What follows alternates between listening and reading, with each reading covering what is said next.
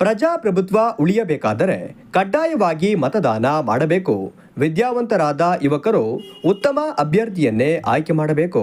ಸಂವಿಧಾನ ಎಂದರೆ ಸರ್ವರಿಗೂ ಸಮಪಾಲು ಸಮಬಾಳು ಎಂದು ಹಿರಿಯ ಕಲಾವಿದ ಮುಖ್ಯಮಂತ್ರಿ ಚಂದ್ರು ಅವರು ತಿಳಿಸಿದರು. ಶ್ರೀ ಶಾರದಾ ಸ್ಕೂಲ್ ಆಫ್ ಲಾನ ಪರಿಸರ ಸ್ನೇಹಿ ಘಟಕ ಹಾಗೂ ದಾರಿ ಫೌಂಡೇಶನ್ ಮೈಸೂರು ಇವರ ಸಹಯೋಗದಲ್ಲಿ ನಡೆದ ಭವಿಷ್ಯದಲ್ಲಿ ಪ್ರಜಾಪ್ರಭುತ್ವದ ರಕ್ಷಣೆ ಜವಾಬ್ದಾರಿ ಯುವ ಶಕ್ತಿಯ ಕೈಯಲ್ಲಿ ಕುರಿತ ಮುಕ್ತ ಸಂವಾದ ಕಾರ್ಯಕ್ರಮ ಉದ್ಘಾಟಿಸಿ ಅವರು ಮಾತನಾಡಿದರು. ಪ್ರಜಾಪ್ರಭುತ್ವ ಭವಿಷ್ಯದಲ್ಲಿ ಪ್ರಜಾಪ್ರಭುತ್ವದ ರಕ್ಷಣೆ ಜವಾಬ್ದಾರಿ ಯುವ ಶಕ್ತಿಯ ಕೈಯಲ್ಲಿ ಮುಕ್ತ ಸಂವಾದ ಅದಕ್ಕೆ ಪೂರ್ವವಾದಂತಹ ಆ ರೀತಿಯ ಜಾಗಕ್ಕೆ ಹೋಗಿ ಅದನ್ನು ರಕ್ಷಣೆ ಮಾಡಬೇಕಾಗಿರೋ ನೀವು ಎಲ್ಲಕ್ಕಿಂತ ಹೆಚ್ಚು ಭಾರತದ ಯುವ ಪ್ರತಿಕೆ ವಯಸ್ಸಾದವರು ನಾವು ಹೋಗ್ತೀವಿ ನಿಮ್ ಕೈಗಳಿಗೆ ಮತ್ತೆ ಕೊಟ್ಟು ಹೋಗೋದಿಲ್ಲ ನೀವು ಮುಂದಿನ ಪೀಳಿಗೆಗೆ ಏನಾದ್ರು ಒಳ್ಳೇದು ಕೊಟ್ಟು ಹೋಗ್ಬೇಕಲ್ಲ ಆ ದೃಷ್ಟಿಯಿಂದ ಅನ್ನದ ಋಣ ನನ್ನ ಮೇಲೆ ಇರೋದ್ರಿಂದ ನೀವೆಲ್ಲರೂ ಕೊಟ್ಟಿರ್ತಕ್ಕಂಥ ನಿಮ್ಮ ತಂದೆ ತಾಯಿಗಳು ಕೊಟ್ಟಿರ್ತಕ್ಕಂಥ ಪಿಕ್ಚರ್ ನೋಡಿ ಟಿವಿ ನೋಡಿ ದುಡ್ಡು ಕೊಟ್ಟಿರ್ತೀರ ಅನ್ನದ ಋಣ ಇರೋದ್ರಿಂದ ತೀರ್ಸೋದಕ್ಕೋಸ್ಕರ ಈ ರೀತಿಯಾಗಿ ನಾನು ಎಲ್ಲ ಕಡೆ ಹೋಗಿ ಪ್ರಯತ್ನ ಮಾಡ್ತಾ ಇದ್ದೀನಿ. ನನಗೆ ತಿಳಿದುಬಿಟ್ಟು ನಾನು ಪ್ರೊಫೆಸರ್ ಅಲ್ಲ, ಬಹಳ ದೊಡ್ಡ ವಿದ್ಯಾವಂತೂ ಅಲ್ಲ, ಬುದ್ಧಿವಂತೂ ಅಲ್ಲ, ಬರುವುದು ಪಾಠ. ಮನುಷ್ಯ ಹೇಳುವುದರಲ್ಲಿ ಹೇಳುವುದಕ್ಕೆ ಬೇಕು ಪಾಠ. ಹಾಗೆ ಬೇಕಾದಷ್ಟು ಕಡೆ ಹೇಳಿದ್ದೀನಿ, ಅಲ್ಲೇ ಹೇಳೋಲ್ಲ, ಬೇರೆ ಕಡೆ ಹೇಳುತ್ತೀನಿ. ಈಗ ಬರ್ಬೇಕಾದ್ರೆ ಭೇಟಿ ಹೇಳೋದೇ ದೊಡ್ಡದಾಗಿತ್ತು ಅಂತ ಈಗ ಹೋಗ್ಬೇಕಾದ್ರೆ ಹುಷಾರಾಗಿ ಹೋಗ್ತೀನಿ. ಅಷ್ಟು ಮಟ್ಟಿಗೆ ಇದು ಸಾಕಾಗಿತ್ತು. ಯಾವ್ದು ಬೇಕಾದ್ರೂ ಓದಿಸ್ಕೋಬಹುದು. ಒಂದು ದೇಶ ಅಂದಾಗ ಅದು ದೇಶ ಅಂದ್ರೆ ಮನುಷ್ಯರು ಅಂತ ಬರೀ ಇದು ನೆಲ ಗಿಡ ಇಲ್ಲ ಇದು ಸತ್ತೋಗಿರ್ತಕ್ಕಂಥ ದೇಶ ಅಂತಂದ್ರೆ ಜೀವಂತವಾಗಿರ್ತಕ್ಕಂಥ ಜಲಚರ ಪ್ರಾಣಿಗಳಿರ್ಬೋದು, ಗೋಪ ಪ್ರಾಣಿಗಳಿರ್ಬೋದು, ಪ್ರಾಣಿಗಳು ಅದನ್ನೆಲ್ಲ ಸೇರಿಸಿದೆ. ಆ ದೇಶಕ್ಕೆ ಒಂದು ರಕ್ಷಣೆ ಬೇಕಲ್ಲ, ಆ ರಕ್ಷಣೆ ಪ್ರತಿಯೊಂದು ದೇಶದಲ್ಲೂ ಕೂಡ ಸಂವಿಧಾನ ಅಂತ ಇರ್ತಕ್ಕಂಥ.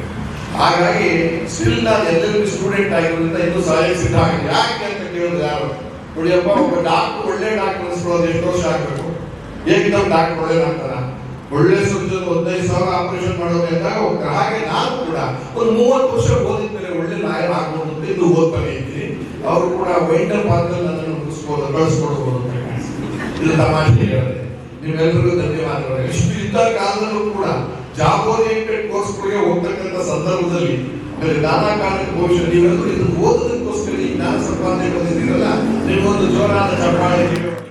ಸಮಾಜದಿಂದ ಹುಟ್ಟು ಬಂದವರು ನಿರ್ವಹಣೆ ಮಾಡೋದು ಊಟ ಸಿಗ್ತಾ ಇರಲಿಲ್ಲ, ತುಳಿತಕ್ಕೆ ಒಳಗಾದವು ಅಲ್ವಾ, ಹತ್ತಿಗೆ ಕಲ್ಪಟ್ಟವರು ಅಸ್ಪೃಶ್ಯರು ಇದ್ದಂತ ಸಮಾಜದಿಂದ ಬಂದವರಿಗೆ ನಾನು ಇಂತರ ಬಟ್ಟೆ ಯಾಕೆ ಹಾಕ್ಕೊತೀನಿ ಅಂದ್ರೆ ಅಷ್ಟೋ ಜನಕ್ಕೆ ಈ ತರದ ಬಟ್ಟೆ ಹಾಕ್ಸೋದಕ್ಕೆ ನಾನು ಬಿಡೋದಿಲ್ಲ.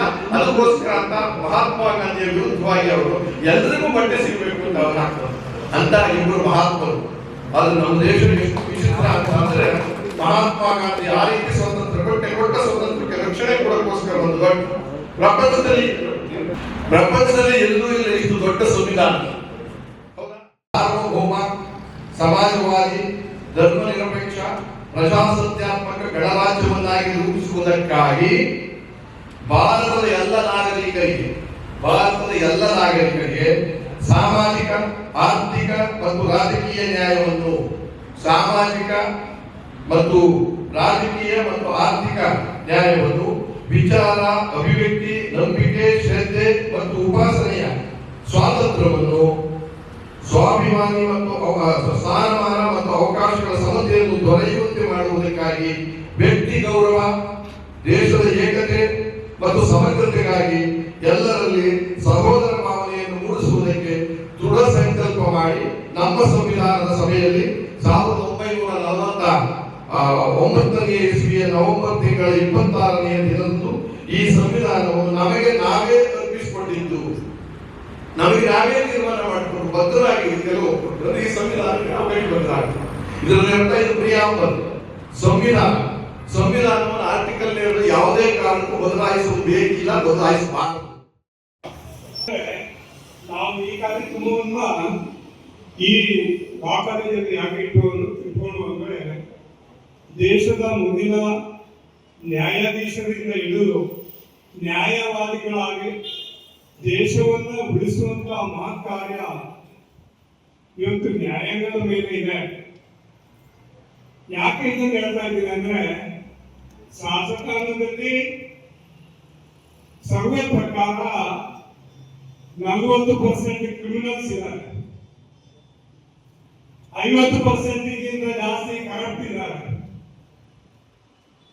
ಇವರನ್ನೆಲ್ಲ ನಾವು ತಿದ್ದಬೇಕಾದ್ರೆ ನ್ಯಾಯಾಂಗ ಒಂದೇ ಇದಕ್ಕೆ ದಾರಿ. ಅದಕ್ಕೆ ನಿಮ್ಮನ್ನು ಉದ್ದೇಶಿಸಿಕೊಂಡು ನಾವು ಈ ಕಾರ್ಯಕ್ರಮವನ್ನ ಇಲ್ಲಿ ಮಾಡೋ ಉದ್ದೇಶ ಇದೆ. ದೇಶ ಉಳಿದರೆ ನಾನು ಉಳಿದೇನು.